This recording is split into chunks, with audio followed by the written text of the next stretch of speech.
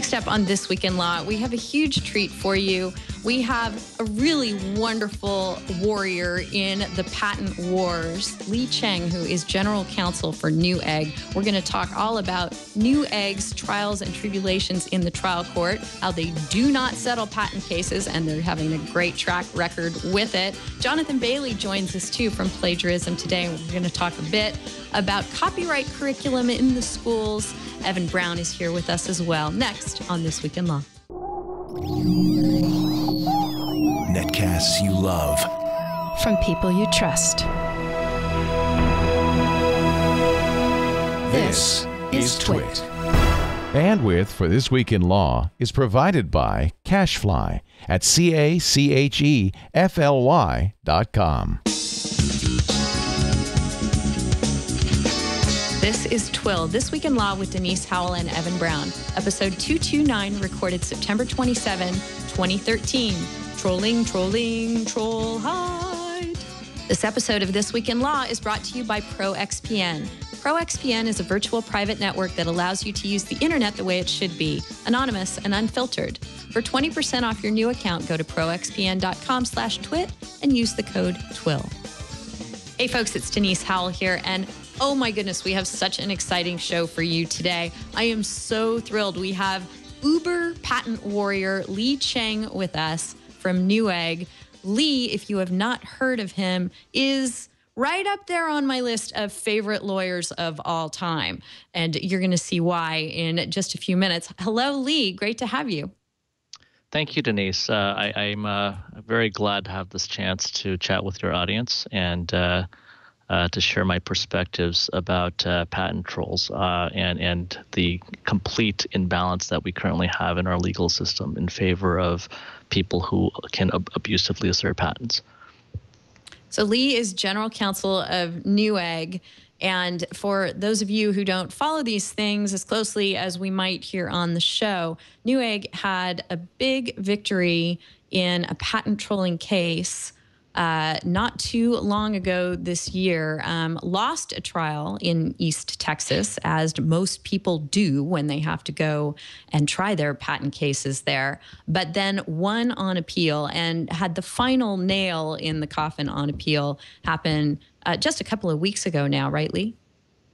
Well, we thought that it was the final nail because, the Federal Circuit Court of Appeals, which is the next level up from the trial court, they were pretty definitive in terms of what they thought were the merits of this patent troll's, legal arguments. And this is a patent troll that claimed to own the rights to the online shopping cart, which is a total joke, and they've extorted tens of millions of dollars legally because, legally from companies that just settled out to avoid the cost of litigation.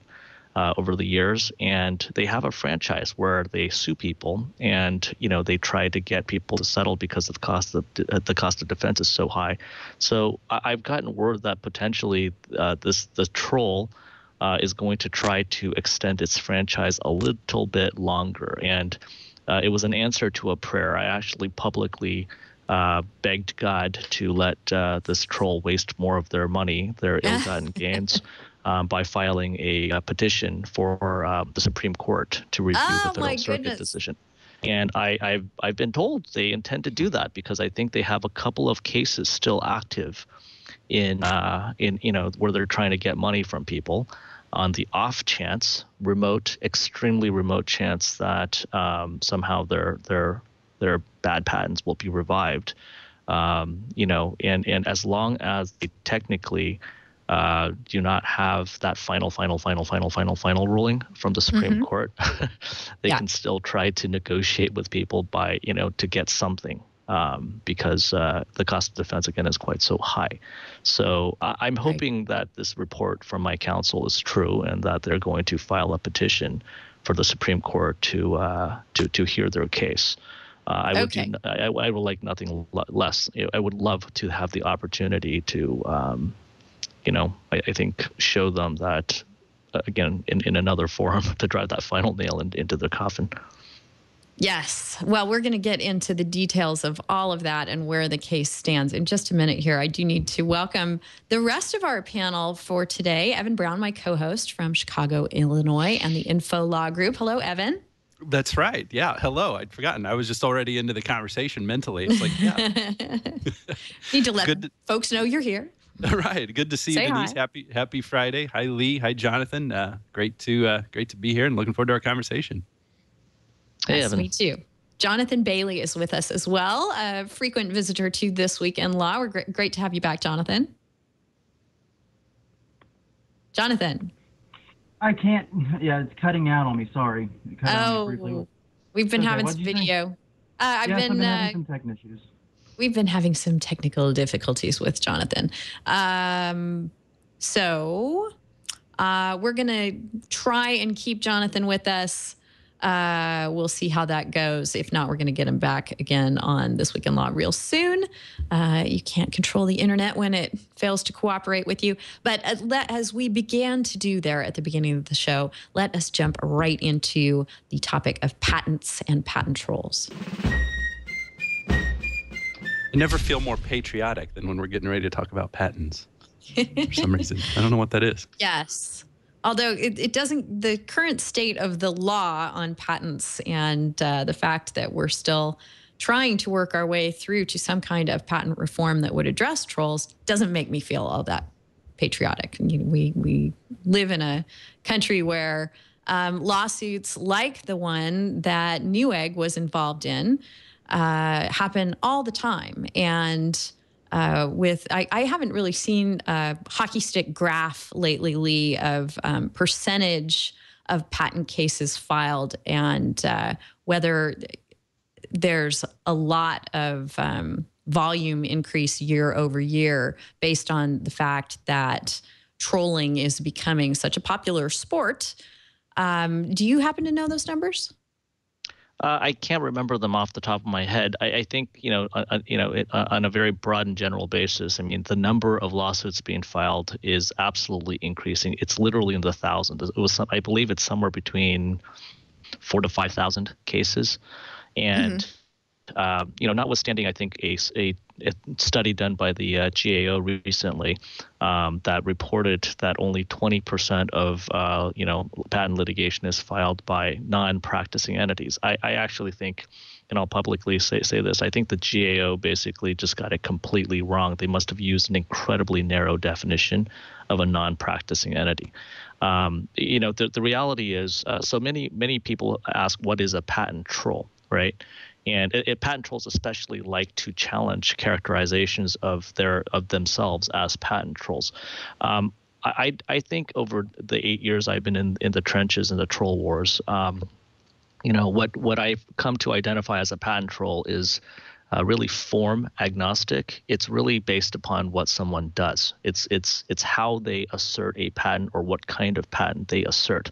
So in my view, a patent troll is any person or entity who engages in patent trolling, which is either the assertion of a very bad patent that intrinsically is valueless, or the abusive assertion of a patent to try to extract purely litigation-based, cost of defense-based premiums from, many victims. And the reason that, in all likelihood, I think the volume of patent litigation is likely to rise is because trolls have evolved into a model where they believe, identified it's almost a foolproof, completely riskless opportunity to make a lot of money. They sue a lot of companies, or they send demand letters to a lot of companies, big and small, and the cost of response, simply responding to a single demand or to a lawsuit, is generally so prohibitively high that most companies will write the check. And these trolls will collect millions of dollars with a patent that isn't really worth spit and has added no value to anybody's lives. And it's a real pity, and there are no negative consequences to these actions, because the standards for award of fees, for fee shifting in this country, because we're quite so committed to the concept of access to justice, means that even when people win lawsuits, it's very hard. You would have to meet the high standard of showing objective baselessness and potentially objective baselessness and bad faith potentially. And in order to get your fees back, and these troll entities are just shell companies. They do nothing but sue or threaten to sue. And even when you win a pittance back and are awarded, say, costs, you get nothing. The troll actually the principals of the troll will just file for bankruptcy.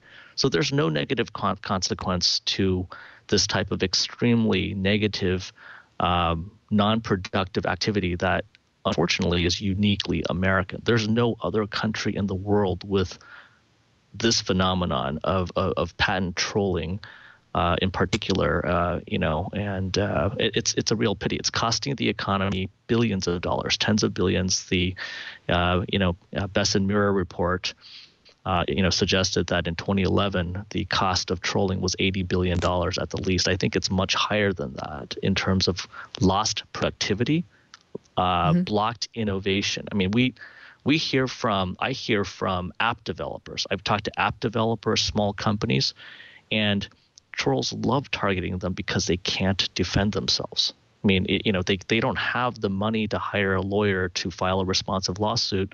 So I just talked to a CEO of a company yesterday who paid, something in the order of $30,000 to $50,000, to settle with a troll, earlier this year. He just got sued by another company asking for roughly the same amount of money that's represented by the same law firm. And the math is terrible because defending yourself costs multiple times more. And so, a lot of these small companies are actually driven out of business. The app developers can't write their apps. Newegg probably wouldn't exist if the phenomenon of trolling existed. So just to clarify something, Denise, I think this is something we're quite proud of. We didn't just win a single lawsuit this year. We actually haven't lost any patent lawsuits ever. And we have won 4 favorable decisions just this year at the Federal Circuit Court of Appeals. One was a complete overturn of a Texas trial court decision, and it invalidated 3 patents held by the shopping cart troll, Sovereign Software. And the other one was an affirmation of a complete defense verdict against a corporate troll called Alcatel-Lucent. A lot of companies, unfortunately, that can't figure out how to make money by building things people want to pay money for. They've decided that they're going to, figure out, turn to, imbalances, find imbalances in the legal system to try to force people to give them money for, patents that have never been used really as the basis, or referred to do anything. I mean, they broadly interpret these patents and they leverage these inequities in the legal system to squeeze licenses out of people. So we beat Alcatel-Lucent's butt like a drum, very proudly. And they tried to appeal this to the Federal Circuit, and the Federal Circuit, wrote a decision 3 days after the oral arguments affirming the trial jury's verdict. We also got an affirmation of a summary judgment motion against a notorious troll called Calora that had gone after probably in the order of hundreds of companies. Calora was asserting a close to expired patent, and we have been informed that over time they collected at least $4 million in settlements using, if I remember correctly, it was a contingency fee counsel. And they were represented actually by a big law firm that pitches for a lot of defense work. So people should know about this. It's the Manat firm. And people should know not to use firms that they should ask their lawyers whether or not they represent trolls, because there's no other field of litigation where, a lot of big law firms who are, just chasing the dollar play both sides of the field. So, I'm going to call Manat out and just tell the world or all of your listening public that they represent patent trolls. They represent Calora. And Calora lost twice. They extended their franchise by appealing the summary judgment, win at the trial court level to the Federal Circuit. We got an affirmation from the Federal Circuit, and then we actually had costs awarded in Calora. So it's a pittance compared to what everyone collectively spent to defend and invalidate the Chlora patent. But the costs were something in the order of $330,000 for about 10 different parties. And then Chlora files for bankruptcy. That's just great. Yeah. Okay. And the principles of Chlora, the way the trolls are modeled, they've distributed all the money out. Manat got theirs, and the trolls got all their money. And right now they're saying they can't afford to reimburse people for $330,000 worth of costs, and we're being told that, well, potentially the patents in the bankruptcy estate could be, resold, and potentially the troll principal or other trolls can buy these patents, the non-invalidated patents. That's just great. Rise from the dead. Yeah. So we've won. So we've gotten 4 favorable decisions. We've never lost after appeal. We've invalidated every single patent, and it just tells you how weak and terrible these patents are. But they're not going to be challenged because the legal system is structurally stacked right now, structurally, substantively, and procedurally stacked against people on the buy side of intellectual property. So let's talk about the sovereign case that you mentioned in the roster of cases that you guys have hit out of the ballpark. And that's the one that you said at the top of the show, although you've had a complete victory now in the federal circuit, you understand that there may be a petition for certiorari filed. This is what your sources are telling you. That's what we have heard. We have heard because I believe they're still in litigation against a couple of companies. Right. So remind us who settled with them before your case went to trial. Everybody they sued settled with them. Mm-hmm. So their patents are based on a lot of these business method patents were filed in the 90s and at the turn of the century, and I was at a startup company, frankly, when right around that time frame, and I remember people filing patents because they thought it would make their valuation look better for VCs. Nobody ever really thought these patents were worth spit, so these companies, a lot of these companies never managed to do anything that would create enough value for people to actually pay them for their product or services, right? And they rushed to the PTO.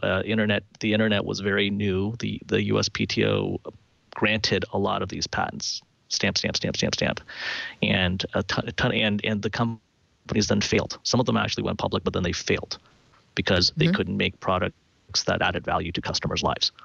And this particular set of patents was owned by a company called OpenTable. Open Market. My apologies to OpenTable. Yes. Open Market. And Open Market blew up, and their patents were bought by Divine Interventures, which was a fairly largest Chicago-based VC fund incubator. And Divine blew up, and then somebody who worked at Divine, who was the president, became the president of Sovereign Software, and Catherine Wolanek, a former Latham lawyer, worked with folks to buy the patents out of the bankruptcy estate for not a huge amount, and they put together an extremely clever strategy of suing people to realize enormous profit. I mean, in all of this, I think these quote unquote opportunities, they came really to the fore right around sort of the early part of the last decade, because of lawsuits like NTPs versus BlackBerry. People realized, my God, there is a giant loophole in the law, in the area of patent law. All you have to do before eBay v. Merck exchange is to get somebody at a trial level to state that a patent is valid. And then you get an injunction. And then you can shut a big operating company down and cost them millions, if not billions of dollars, so they're going to have to pay you off, even if the patent's invalid. Oh, and gee, the model's beautiful, and we can sue lots and lots of different companies. There's the pleading standards are loose. We can go to certain venues that that have very welcoming procedural rules, very loose discovery rules, calling for the production of anything quote unquote relevant that are hard to get to. And, we can use a photocopier essentially to crank out complaints against or file before the AIA file complaints against, dozens of defendants at a time, or a lot of defendants, and it's a money machine. So Sovereign had a strategy that seemed to be, let's go after the big ones first, and then start rolling up the others. So they went after Amazon first in 2005, and I think the Gap.com, and because unfortunately at that time eBay v. Merck Exchange, hadn't been decided by the Supreme Court, and injunction standards were easy to get. Amazon was forced to settle, and Amazon paid them $40 million, to settle their litigation. We were sued with 4 other companies, and we're basically the mid-majors of e-tail. Zappos, CDW, Systemax, and Red Cats. In 2000, I think around 7 or so. No licensing letter, just a lawsuit in East Texas. And they asked for a lot of money from us, and everybody else settled. We were told by our outside counsel that we were advised by our initial outside counsel that it was that it was prudent to consider doing what everybody else kind of did, and the system was pretty kind of stacked against us, and and we had a lot of risk, blah blah blah blah blah. And in fact, Sovereign, when we finally took it to trial, Sovereign demanded $34 million from us. Now how their patent added any value to anybody, and how their patent could have helped us build our business or bring, value and convenience to our customers' lives is completely beyond me. It's a farce, total joke. How many millions of websites are up that all have shopping carts? And how many have blown up, and how many are Newegg.com? And the answer is none, right? There's only one Newegg.com. And we got to where we are not because we have a shopping cart, which has very clear and obvious analogs both in the brick and mortar world as well as in, prior, channels, but yet they said you should give us a certain percentage of your overall revenue. Then based on a completely erroneous theory of damages, the entire market value theory, right? And thankfully, the jury, in the trial court, they came to a conclusion that their patents were valid, and we indirectly infringed a handful of claims, but the damages award was survivable, sustainable for us. And we took it up on appeal, and we had every reason. I personally, honestly, I was 100% confident that we could not have a bad outcome on appeal under extant case law, because essentially the business model, which in my opinion is a scam, relies on the fact that most companies don't want to spend the cost of defense. It's hideously expensive. We spent more money overall on appeal and trial winning this lawsuit than Sovereign initially demanded. But the reason we didn't settle was because the writing was clear and on the wall. If we paid Sovereign, we'd have to pay everybody. We were hit with 4 lawsuits alleging infringement of some aspect of search technology. There are at least a dozen patents that I'm aware of that cover search technology. So you give a percent here, you give a percent there, and pretty soon your business is crippled. Any company that settles, their customers need to understand that they're paying. The cost, it's not free.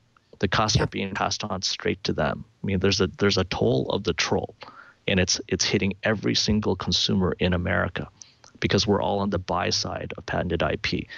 Now, don't get me wrong. I think patents have value. I'm a firm believer in intellectual property rights and protecting them very vigorously. I don't think that the value assigned to patents under our current system of law substantively and procedurally reflects anything close to their intrinsic value. And patents should not be charged for at a premium just because it costs too much to invalidate them, or it costs too much to defend against an allegation of infringement.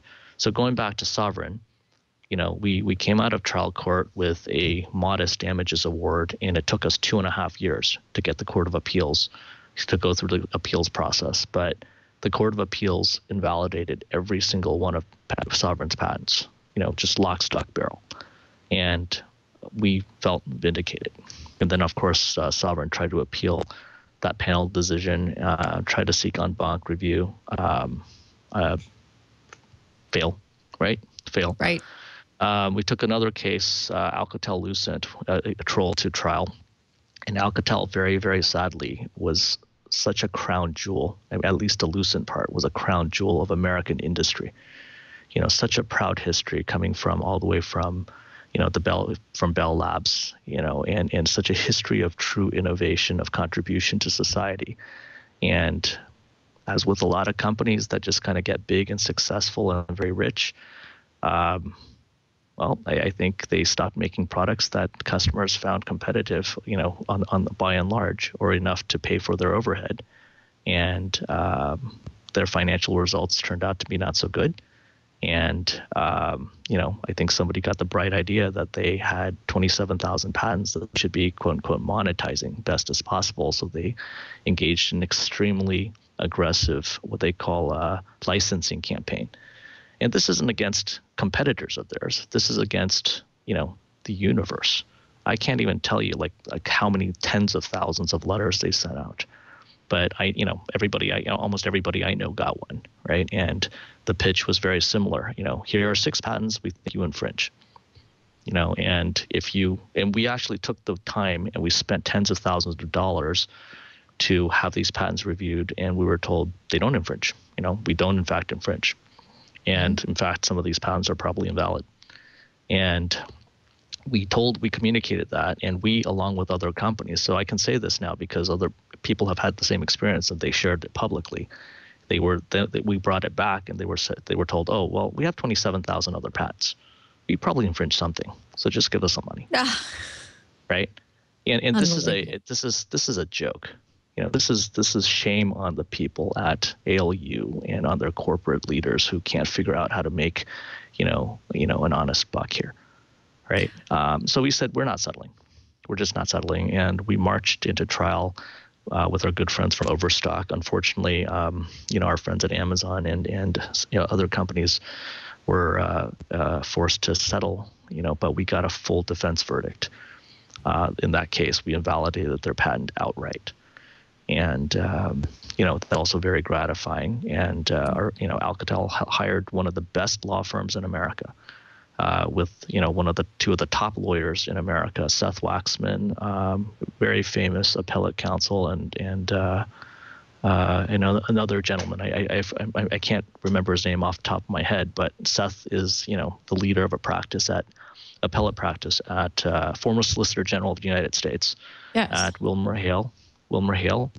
And, he's undertaken to sort of be the, apparently I think he's undertaken to become the advocate of final the advocate of last, what's the phrase I'm looking for? He's, the last chance sort of advocate for a bunch of patent trolls. But, at the federal circuit, they just affirmed the decision at the trial court level. And the Alcatel patent's dead as a doornail. Nobody ever has to pay that troll toll again. And we're very proud of that work. We're proud of the work that we did with a number of other companies who stood up to Calora. We're proud of the work that we're doing right now, pursuing justice against some of these smash and grab trolls that think that they can get away with suing companies and demanding $30,000 to $50,000. Suing dozens of companies and demanding $30,000 to $50,000. And when they collected enough money and they realized that, some defendants won't settle like Newegg, they actually just dismissed the lawsuit with prejudice. And they just dismissed the lawsuit, and they say, Mulligan, you spent a couple $100,000 on defense. Mulligan, thank you for everyone else's money. What are you going to do to us? So our position is, well, screw you guys. We're going to make you remember that when you file a frivolous lawsuit against Newegg, it's going to have a negative consequence. If you think you can just walk away because the standards for seeking fees is very high, think again, because we're going to file a fee motion, and we're going to appeal every single adverse decision until the law changes in this field. And we and other companies are doing the same thing right now. God bless them. Yep. If we had a live audience right now, you'd be hearing a roar of applause, I'm sure. And I'll give you my own version of it here. One thing that struck me about the Sovereign case is if CompuServe hadn't existed back in the day, you might be in a very different boat than you're in right now. That it was not the amorphous nature of the patents themselves that were their downfall, but the prior art piece and the fact that way back when CompuServe had a shopping mall with a shopping cart, and that's what carried the day in invalidating these patents. So I understand, I haven't read through all the appellate briefing in your case, but I have written my share of appellate briefs, and I know that you never make one argument. You always have fallbacks. You make your best argument, and then you give the court 10 other reasons. Denise, to there's find so much art. There's actually so much art. Yeah. There's so much art, right? And procedurally, one of the areas where the deck is kind of stacked against defendants in trial courts is when this is pre-AIA, but even kind of now in trial courts is, a lot of cases end up getting consolidated. Defendants basically have to all share time to tell their stories, whereas the plaintiffs have all half the time to tell their story, and the multi-defendants have to sort of split the remaining half to tell their stories. And you have to be selective about the arguments that you present because otherwise you run out of time. There's plenty of art, for Christ's sake, this is a freaking shopping cart. They called it a shopping cart, right? There are other two patents covered, what I would probably charitably characterize as essentially a cash register and a receipt, right? It's CompuServe it's not the only art out there. And there's a lot of other art that's buried in corporate archives, that go back to sort of the dial-up days or even before the dial-up days. And to tell you the truth, right, the law I want to make, and I'm happy to disclose this, and if there are any trolls out there listening to this, I'm happy to share my strategy with them, right? It just cuts down on inefficiencies.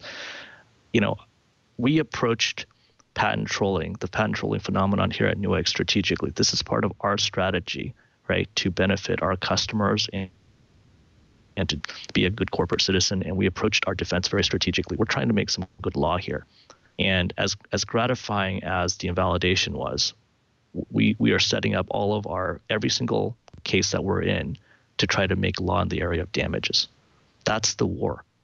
That's the war. If you make it uneconomical for people to pursue frivolous patent claims, I think there's going to be a severe curtailing in the phenomenon of patent trolling. The fact that we invalidated, the patent, it meant that we never even got to the wonderful non-infringement arguments we had.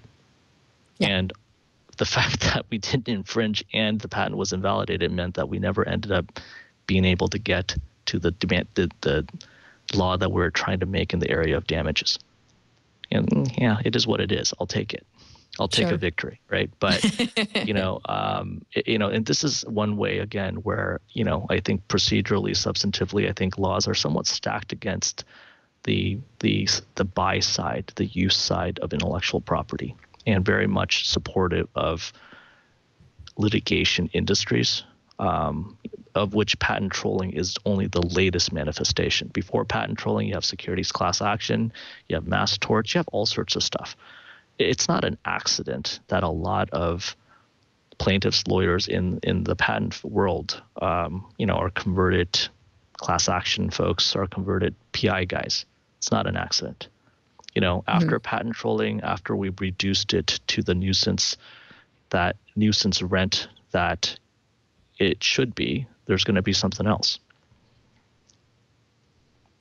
Right, and that was one thing we're going to reduce it as quickly as we can. Or we're going to try to do our part to evolve this area of litigation so that we accelerate the evolution of trolling, so that it only exerts a nuisance level effect on the American economy. Well, more power to you, and I'm sure that our listeners are thrilled that you have taken this strategic approach. One of the things you just mentioned is, the sort of lawyers who typically go into the patent trolling business. I would not have thought graduates of Latham and Watkins would have been in that category until I learned of your case. That really surprised me. Folks at, big, established, respected, and in this case, California-based firms would go down the road of, I've done my stint at a big firm. The next latest, greatest thing I'm going to do is form my own non-practicing entity and go forth. That one kind of blindsided me. It's all about the money, though, right? It's all about the money, and lawyers, especially lawyers at big law firms, they're very highly intelligent people, very, very high IQs. And they identified a tremendous opportunity, and in a twisted way, they're entrepreneurs. I mean, they're basically legal entrepreneurs. Mm-hmm. Same way any plaintiff's lawyers are legal entrepreneurs. A large number of trolls were founded, in fact, by alumni of big law firms. By people out of Jones Day, by people out of Fish and Richardson, by people out of Fish and Richardson spawned a ton of trolls. People out of Kirkland and Ellis. And this is a business opportunity that lawyers are very uniquely suited, suited to pursue. And the smart people can always find ways to make money. And I don't think anybody should be surprised, that very smart people, not only identified this opportunity, chose to pursue it, but they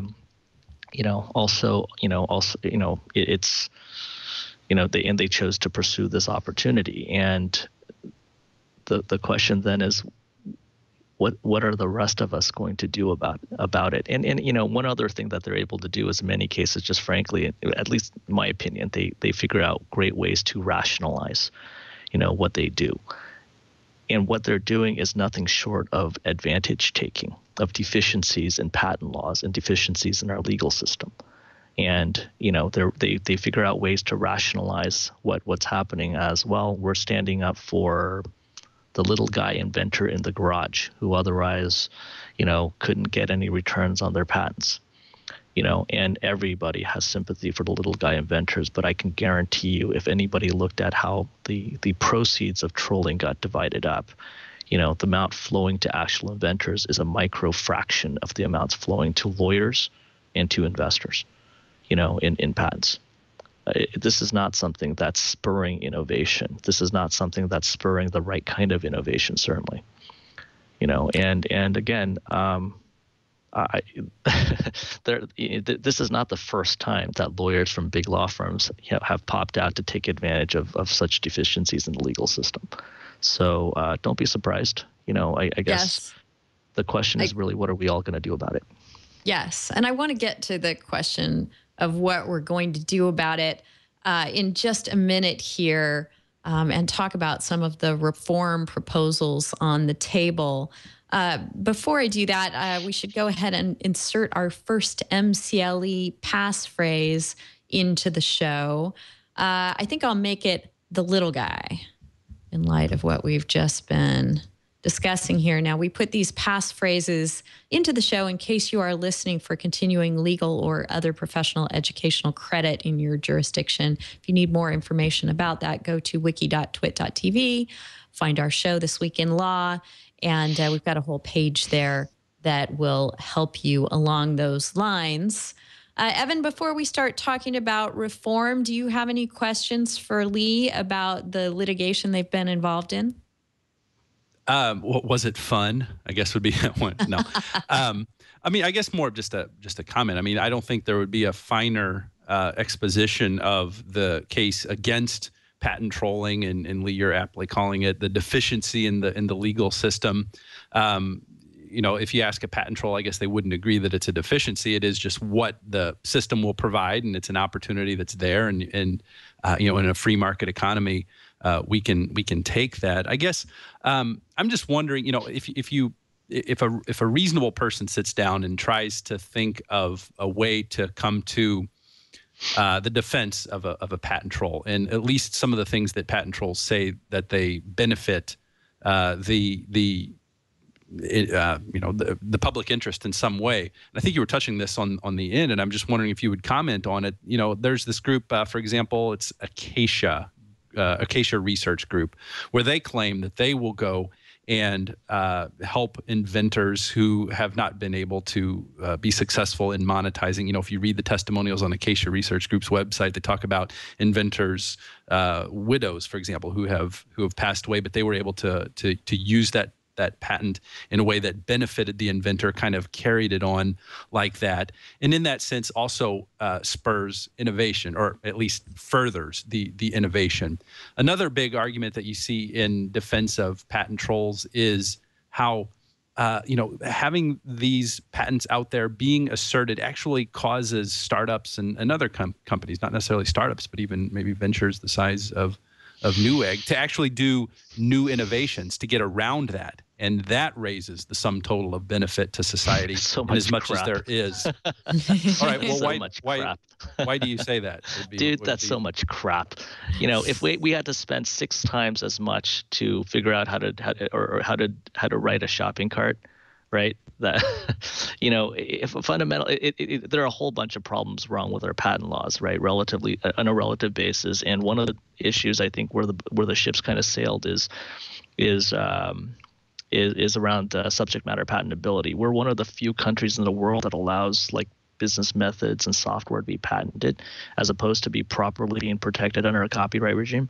And if you think about sort of the nature of software and the nature of the web, internet, e-commerce, there are just so many different ways to code for the same functionality that, the fact that you grant a protection, you have a protection regime as deep and as patent law for every single one of these possible variations of the same type of functionality. It just permits multiple excessive, and you couple it with all of the procedural advantages that plaintiffs have in our legal system. It basically just creates this massive amount of rent that people have to pay in order to get something very simple done.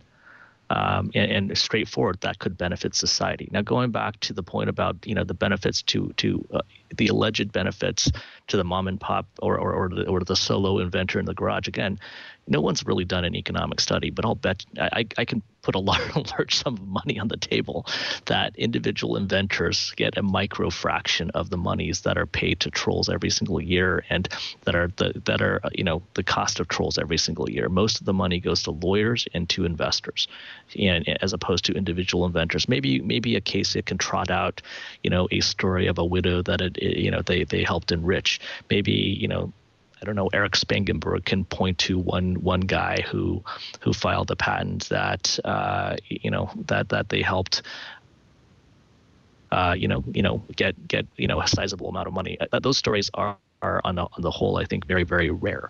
I think the reality is that, and this kind of goes to the fundamental, I think the fundamental, there's a very fundamental question about, again, that needs to be addressed, which is, does our system, a patent law system, procedurally and substantively, place far too much value on the ideation, behind a patent as opposed to the implementation of a patent? And then I think you have to, look back on the purpose behind, the patent laws themselves, our patent act, original patent act itself, right? To I think really responsibly answer that question. I mean, as I looked at the Patent Act and the history of the Patent Act was put into place not to make inventors rich. It was put into place in order to benefit society. And if an invention does not actually benefit society, then, presumably, I would say that the inventor should get as rich. It should not get a windfall. There's nothing in the Patent Act, in the rationale behind the Patent Act that says that the goal was to optimize wealth for someone who comes up with an idea. The goal was to benefit society.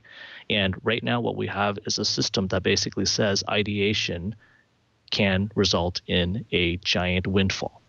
And it's unclear, and actually it's not just unclear, it's very obvious that in many cases, certainly with certain areas of technology, the ideation actually didn't benefit anybody except for a lawyer who basically took the patent, and translated it into legalese. And if anything, and the way that our patent laws are currently enforced, it also basically inhibits the implementation side. It inhibits entrepreneurism. We basically never had. I mean, I can say that with complete assurance. My software engineers had absolutely no idea and never referred to anybody's idea or patent, in coding for something that I think they and every single most sane people would say and fair people would say is obvious, right? Coding for the online equivalent of a shopping cart. They never had the benefit of got any benefit from that, patent. And yet we were being told, that our success was due to this idea. This is very similar. I think what the trolls are trying to articulate is a theory that's very similar to somebody basically, staking a claim in a piece of scrubland, and saying that, anybody who walks through that piece of scrubland has to pay downtown Manhattan rent, right? And that's a very big problem. I mean, speaking from the trenches,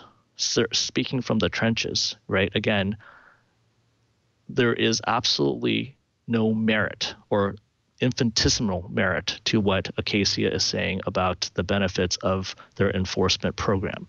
I've talked to far more startup companies and inventors and mid-sized companies, right, who have either been, or app developers whose activities have been completely curtailed and shut down because of this threat and these demands for, $10, $20, $30, $40, $50,000 on a serial basis.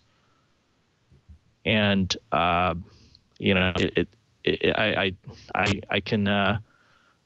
can easily see how organizations like Acacia or IPNav or some of these other organizations can come up with these rationales. And to me, that's all they are. They're just rationales to justify excessive rent seeking by private parties. Well, there's a fascinating story along those lines from Adi Kamdar at EFF this week that just goes to show how successful the trolling business model has been, because now tech startups, and Lee was talking about, how easy it is to shake them down. Now they are seeing themselves so much painted into a corner that they are tempted to, and Adi's article here talks about two who have actually done this, partner up with non-practicing entities to gain access to their portfolios, to be able to fend off litigation from other trolls. So in this particular case, he's talking about Nest Labs entering into a licensing agreement with Intellectual Ventures. Yeah. And then eyeglass startup Ditto partnering up with Eric Spangenberg, as you mentioned, offering to cover Ditto's legal fees in exchange for equity in the company. So now, I mean, the business model has been so successful, right? But that's that a not shakedown, only are they right? shaking them down in litigation, they want a piece of equity, and it's a shakedown. I don't really care what Peter Dett can say. He's a troll. He coined the word patent troll, but he's a troll. He can, publicly look everybody in the eye and say they don't sue anybody, although they've started to sue people. But, they derive tremendous benefit basically by asserting they have created models where they can derive a lot of economic benefit from volume litigation filings. But, in Nest is a very unusual startup. It's extremely well funded and it's got a ton of cash, and they're essentially paying protection money to IV. And sadly, the fact that you pay this protection money doesn't really mean that, it doesn't mean that you're immune from getting sued. When the troll sues a company, the fact that you developed patents and you have a patent portfolio of your own doesn't give you any sort of leverage against this troll, because the troll has nothing for you to countersue against. They don't make anything, right?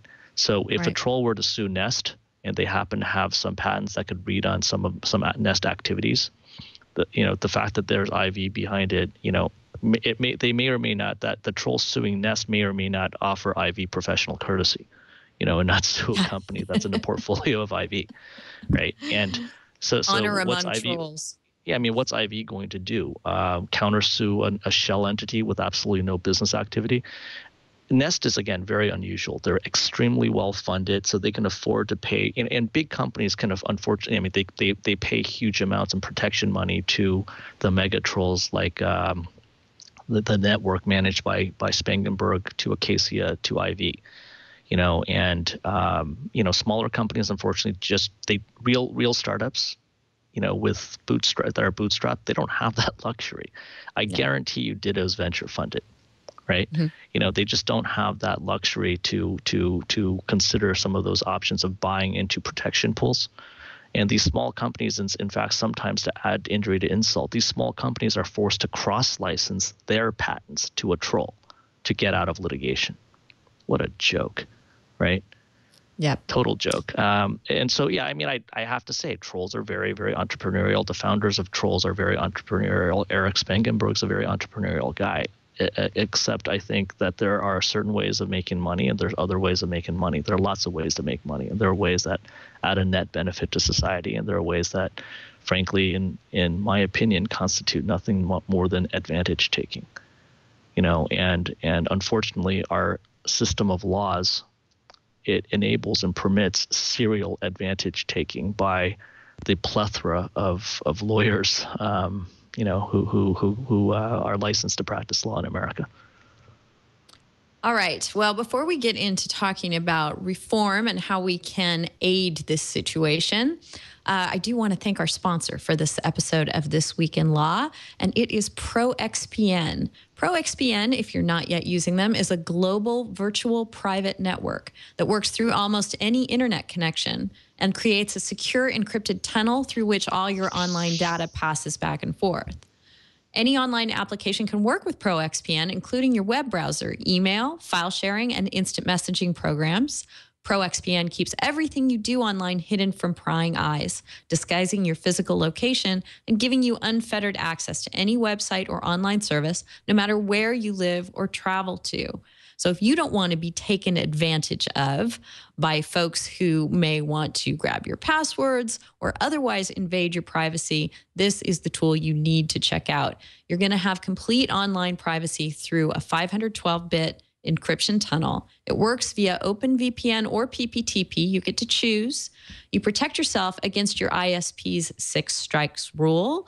So if you find yourself in the position where you do not want to get caught up in the red tape of dealing with a 6 strikes kind of process, even though you're engaged in perfectly valid and legal activity on your connection, this might be a good solution for you. You can keep your personal internet usage private at work. You can bypass internet filtering and blocked sites, bypass geographical restrictions for internet content and online video with worldwide servers in the US, UK, Asia, and more. It makes your internet connection region-free. Its programs for Windows and Mac offer advanced controls, allowing you to select the programs and ports you want to anonymously route through ProXPN's servers.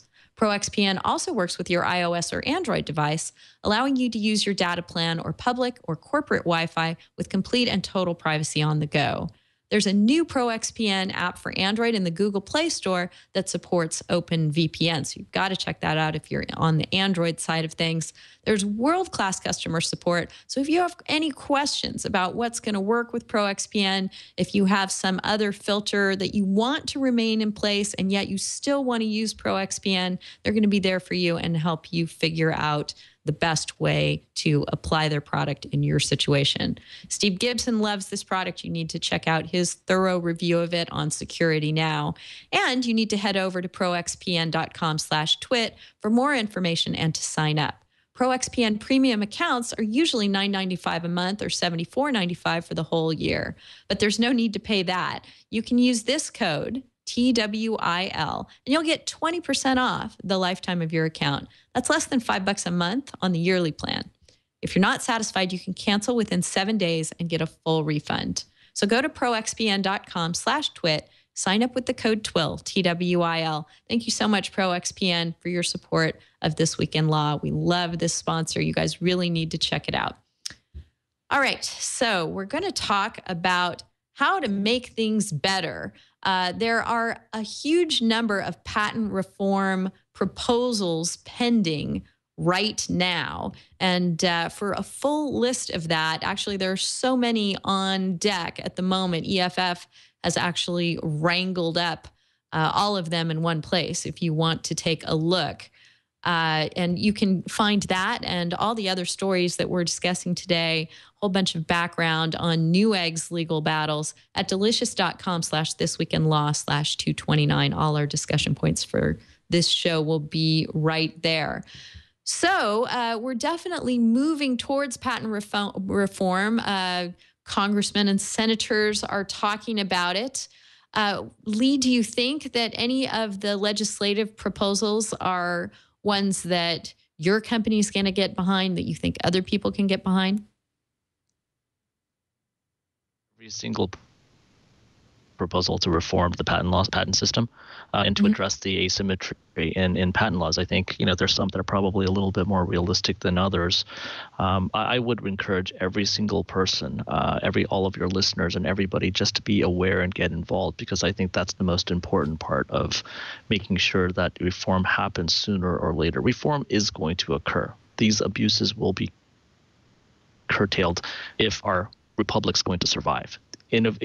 Intellectual property is so important to the future of the United States that the patent trolling phenomenon, which again is quite unique to the United States, is something that will have to be curtailed if we're going to remain competitive with countries that don't have patent trolling, where private parties, a relatively small number of private parties, are not able to extract this giant private rent on patented intellectual property.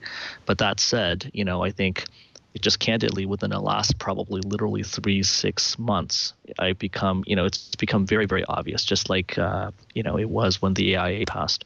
It's very obvious that the anti-reform forces, right, led by trolls and some corporate allies of trolls, they're very focused, and they've always been extremely focused, and they're well-funded because trolling is their livelihood. Inefficiencies in the law, inequities in the law, this is their bread and butter. They have to keep the system alive and to perpetuate it as long as possible.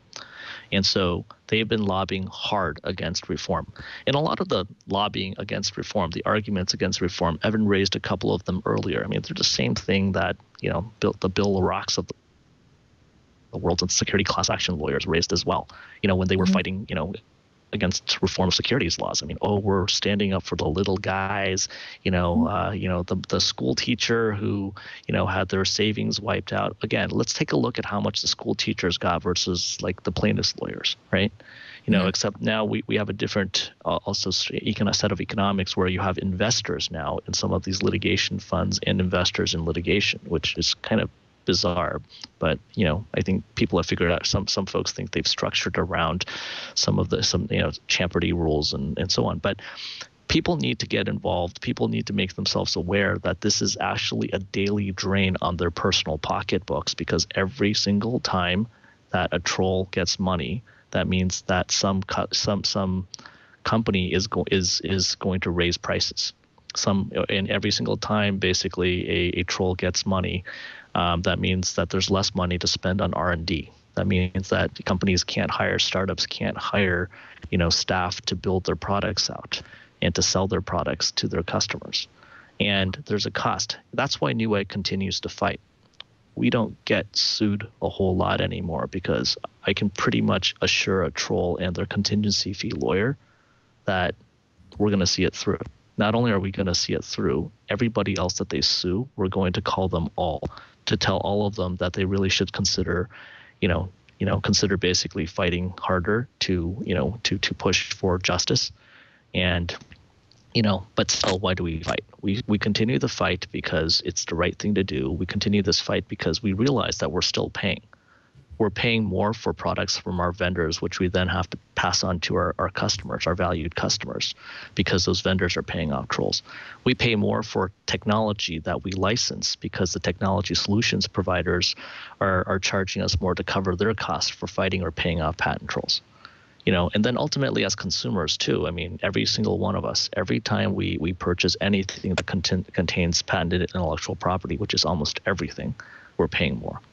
So we continue this fight because it's our corporate responsibility to do so. It's what eBay did, it's what Yahoo did, it's what Cisco's done, and it's what a whole host of other companies have done and organizations have done to allow the society to continue to have the opportunities that we've enjoyed. Our founders are all immigrants that they've enjoyed, unfortunately it's just it's a cycle. And this is the latest legal system advantage taking phenomenon that we have to deal with. And the solution is legislative, the solution's judicial, the solution's administrative, but I want to encourage everybody to keep in mind and to think about trying to add as much friction into the system, against patent trolls as they possibly can. And it starts by, not immediately whipping out the checkbook to pay the toll. Absolutely. And I wish it were the case that we could just say we don't believe in trolls, and each time somebody did that, one of them would die, but they don't go away that way, unfortunately.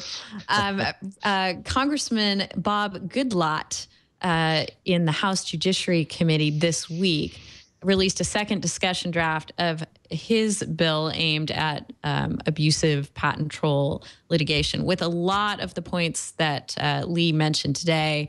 Making it easier to recover fees from trolls is in there, having heightened pleading requirements so that you have to put in your court papers in great detail what patents and claims are at issues, so it's just not, easy to rubber stamp a complaint and send it down to court. Also, what products allegedly infringe, when the lawsuit's actually filed. Also, the discovery point. Part of the reason these cases are so expensive and difficult is that you get mired down into discovery early on before you can actually get to the merits of the patent and have the court determine whether it's even valid or not. So that point is in this bill too. So I encourage you to go over to EFF and take a look at their discussion of it by Daniel Nazer this week. And also to get in touch with your elected representatives if you think that having this kind of reform is a good idea. Any final words on the patent front before we touch on a couple of other topics and wrap the show, Lee? No, thank you. I think I've said my piece. Great. Well, it's been wonderful exploring all this with you. We do have a couple of other stories we'd like to get to. One on the Hollywood front, since we were discussing teachers. Let's make that our tie-in.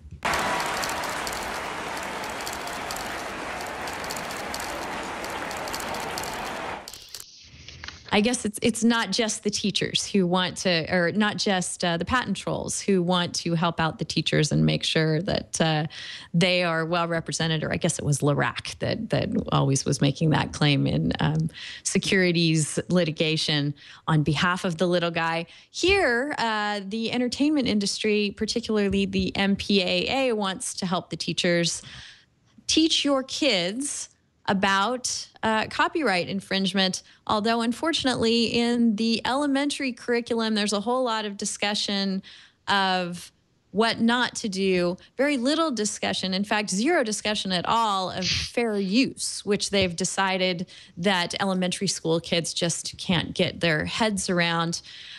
This is all in draft form. There's a great piece at Wired who got a hold of this draft discussing how the CCI, the same people who brought you the Six Strikes program from your ISP, are attempting to develop an elementary school curriculum that educates kids about copyright infringement, and particularly on the music and film and sort of Hollywood entertainment focused element of the copyright spectrum there. So, Jonathan, I thought this would be an interesting one for you to take a look at. Of course, this is all in draft form, and the people seem to be kind of embarrassed that it is so content owner focused. And Gigi Sohn, who we've had on the show before from Public Knowledge, who is on the board of CCI, did not want to comment on this at this point because, well, I think she hasn't actually, what she told Wired is she hadn't actually read through the draft. But it looks like, you know, there's a long way to go here. Let's just hope they go that extra mile, because the draft curriculum right now strikes me as fairly one-sided. What do you think, Jonathan? Well, it definitely is. I would definitely agree that it is somewhat one-sided, and there's a long way to go with it. You know, Patrick, the Copyright 2.0 show, Patrick and I were talking about this just on Wednesday. And you know, what we basically said is we both, I think, favor the idea of teaching copyright in school. We think there should be a lot more, not just in copyright, but in general, the idea of practical education. And so when we came around to talking about it, it was like, well, we agree that copyright should be taught in school. It's something they're going to have to deal with and cope with and learn to work with for the rest of their lives. You know, and it's on the long list of things that aren't taught in school that should be, like how to balance a checkbook, how to vote, things like that. It's on the long list of things. Like I got a 5 on the calculus AP test. All these years later, I can't even tell you what a derivative is, okay? It just hasn't come up in my life since. But, you know, I'm grateful for the experience, but still, I think I would have liked to learn how to do my taxes, too, at some point. You know, I'm just saying. It might have been nice to throw that in there. So copyright is a great topic to teach, and it's a great topic to even teach at this young age, I think. I think I've read studies when it deals with on the matter of plagiarism that have shown that kids as young as 3rd grade are able to grasp, you know, some of the basics of the idea of ownership of works you create. So that it might actually be a good time to do it, but I think it should be purely fact-based. It shouldn't be trying to be, you know, preach to one side or another. It should be, this is what the law says. It should cover topics like fair use. It should be well-rounded. And at that age, I think it should be a basic overview and just move on. You know, you've got, you know, a long time to go in the education process to keep reaching out to them and to keep, you know, talking about the law. But, you know, my opinion is this, you know, we should keep, my opinion is basically keep the opinions out of it and focus just on what the law says and sort of the practical implications of it and move on. Yeah, I agree. And I also really hope that they add a fair use discussion to this and don't line out the ability of elementary school kids to grasp that something is nuanced and may require further exploration, and there's not going to be an easy answer right off the bat. Yeah, well, I'm going to say this. They're probably right that elementary school students probably can't fully grasp the nuances of fair use, but neither can veteran copyright attorneys. So what hope do we have? When do you say that they're ready for that? You know, exactly. We probably if I can add something very quickly, Denise. I mean, this whole the continued efforts of the content industry, and we support intellectual property rights, but their continued efforts to basically, you know, I think optimize their short-term revenue stream. It reminds me very much of their efforts when you know, VCRs were being invented, you know, to curtail, you know, the utilization of you know, recording devices, time-shifting devices. I think if they are wildly successful in scaring the bejesus out of small children about, you know, copyright violations, about people going to jail without also explaining, you know, what fair use is, and so on and so forth, you know, at some point in time, it's going to if they're wildly successful, it's going to result in those children growing up being deathly afraid to create. Well, you know, run out of good content. And the sad fact about this is that it is couched in terms of being a creator. That, you know, they have a little graphic with a girl in the schoolyard who has a business drawing dragons, and her business sadly is ruined when her fellow third grader takes a photo of the dragon with her cell phone, and then somehow just by taking the photo, or they don't say exactly what she's done with the photo, but somehow by having other copies of the photo available, it has completely devastated her market for her dragon drawings. So I don't know, Evan, do you want, this is coming down the pipe in California, it looks like. What would you think if there in Illinois, in your kids' elementary school, they took a break from learning long division and started learning about when not to photograph your classmates' drawings? Well, a couple of different thoughts about this. I mean, I am not surprised at all that big content would take this position. And you know what? I guess perhaps expanding my consciousness enough to not really care about it anymore. The fact that they take that position, you know what? It's their pecuniary interest. It's their perspective coming at it, protecting this interest that they have as the incumbent. The incumbency being, everything pre-digital, if you will. So I don't mind them taking that position, and I don't mind them, articulating it. But what I do mind, and what does concern me, is that it's the form of indoctrination going on through this kind of like corporate propaganda. There's really no other way of talking about it, and I just don't think that belongs in school curriculum. I'm trying to think of something analogous in another setting, like where a corporate interest or an industry interest is taught as part of the curriculum. And I'm just trying to think of things that are like in the public interest, like general principles of safety. Or general principles of citizenship, getting along. I just can't think of anything else where this sort of enterprise sort of interest is put in there. So that's what bothers me the most about it, and that puts me beyond trying to critique the particularities of what their content says. I mean, yeah, I agree with what Jonathan said, and that sure.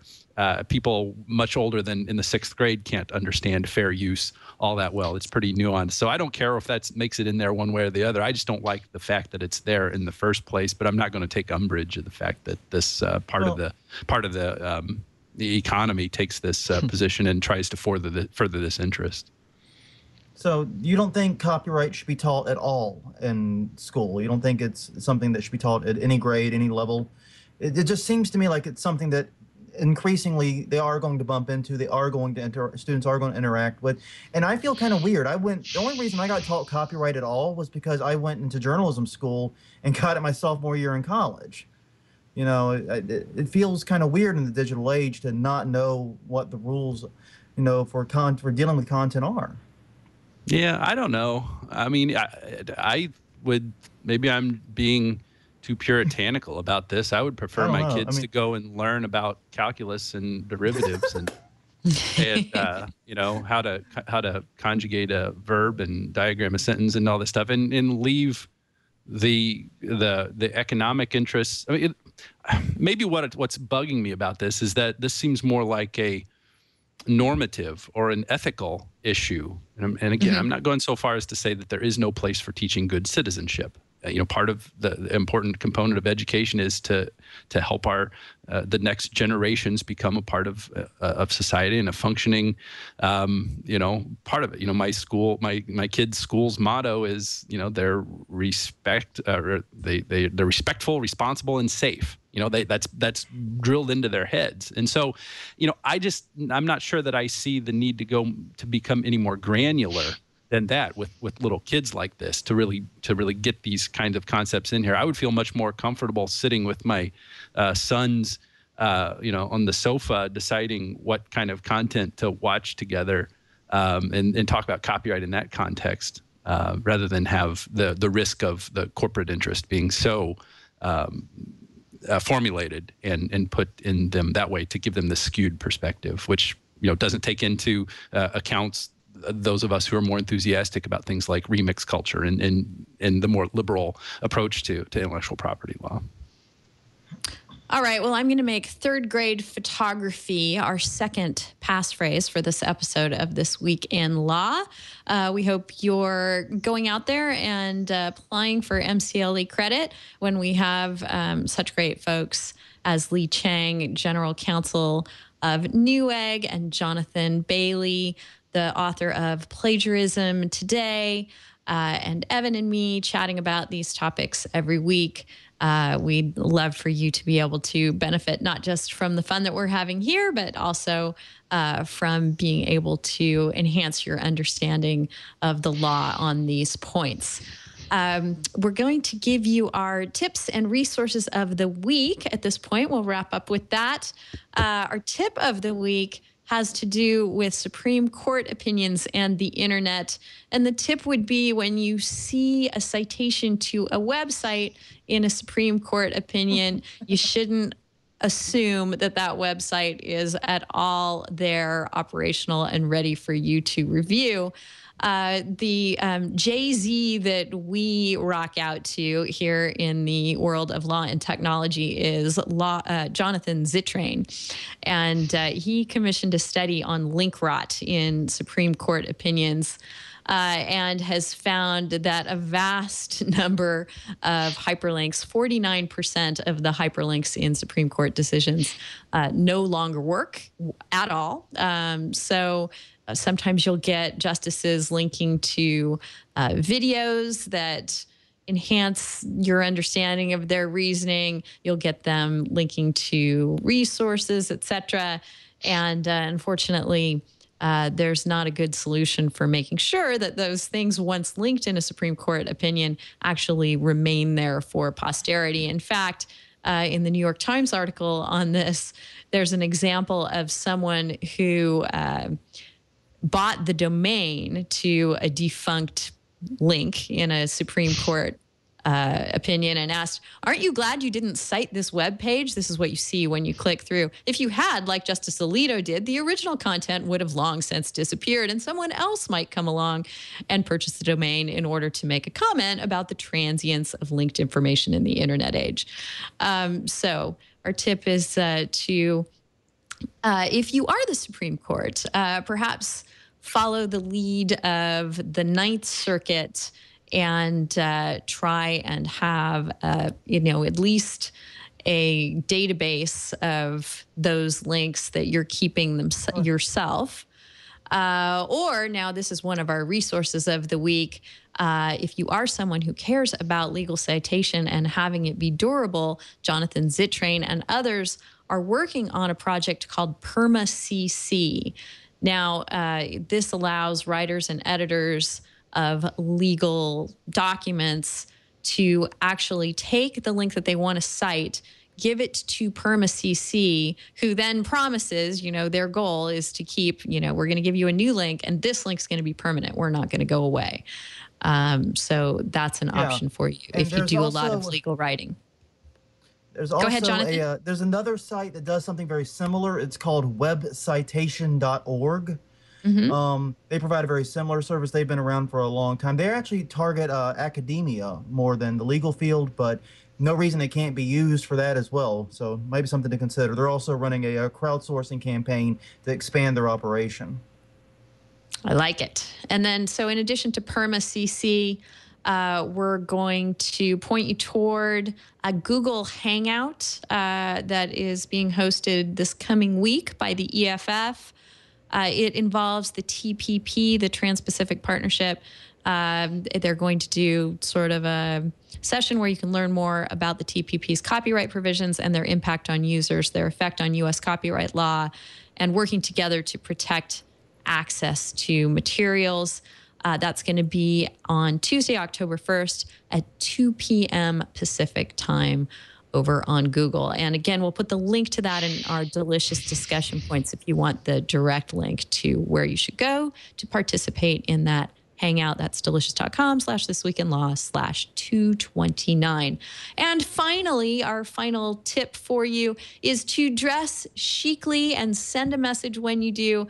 Over at Newegg, they have a great t-shirt that echoes a lot of the sentiments we covered here on today's show. The shirt basically just says, "Don't settle." And settling feeds trolls. So if you want to send the message. This is great, but I'm not going to buy one, but I will buy one that would say either "that's a bunch of crap" or seriously, screw you. That would be, I'll buy either one of those. I've trademarked that. Yeah. For $19.99, that would be a bargain. But Lee, you are going to, you have a fund that some of the proceeds of this are going to. Yes, actually, all of the proceeds, the profit from the sale of these T-shirts will be used to invalidate some crappy patent.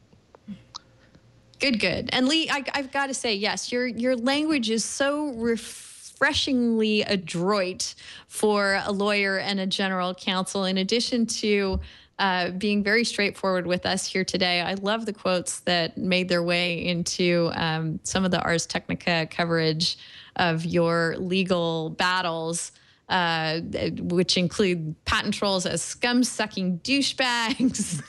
Nobody having to once the sovereign case was done, nobody had to pay. Well, it's not quite done, but hopefully, when the Supreme Court denies cert, if that indeed happens, nobody has to pay jack squat on those patents anymore. And of course, TQP development, somebody else that you're litigating with, shouldn't wuss out and should have the balls to go to trial. So I love a lawyer who talks like you talk, Lee. It's very refreshing. It saves time. It does.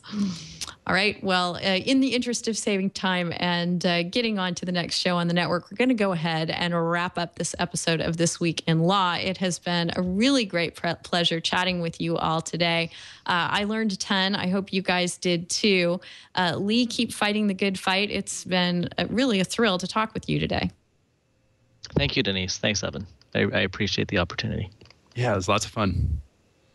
And Jonathan, always a great thrill to talk to you too. And I know a unique thrill at this time of year because this is about when you get busy prepping for Halloween, is it not? Yeah, we are. The haunted house is almost done with the construction. We're moving into the decoration phase.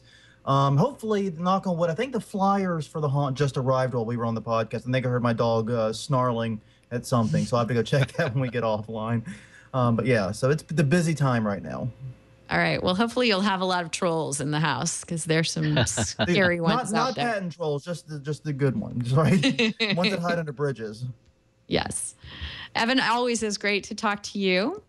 Yes, lots of fun. This has really been illuminating, Lee. It was so fun to hear your first person perspective because the Newegg story is one that we talked about, Denise, how many times on the show as the different stories were happening. So it's kind of a little bit of a weird and certainly awe-inspiring perspective to actually have a participant in such kind of a high-level story to actually hear so much insight into it. So yeah, I've really enjoyed it. So it's been a lot of fun. And I have to take a moment, too, to thank our intern who is waiting for his bar results right now, San for his suggestion and for lining up Lee for us today. San has been doing an amazing job suggesting people to be on the show and working on our bookings and otherwise helping us out. And we had a wonderful intern over this summer, Rebecca Klosner, as well. So we really appreciate it when people volunteer to help out the show. God knows we need it. We really appreciate you guys. And we would not have had this show today but for San's suggestion that we get Lee on. So really great that you guys are helping us out. And we love that our audience helps us out every week, too, by getting in touch with us in various ways. You can find Evan and me on Twitter. He's Internet Cases there. I'm D. Howell there. Or you can email us. I'm Denise at twit.tv. He's Evan at twit.tv. Or head on over to our Facebook page or our Google Plus page. Give us your suggestions, your thoughts about shows gone by, your thoughts about what we should talk about in the future.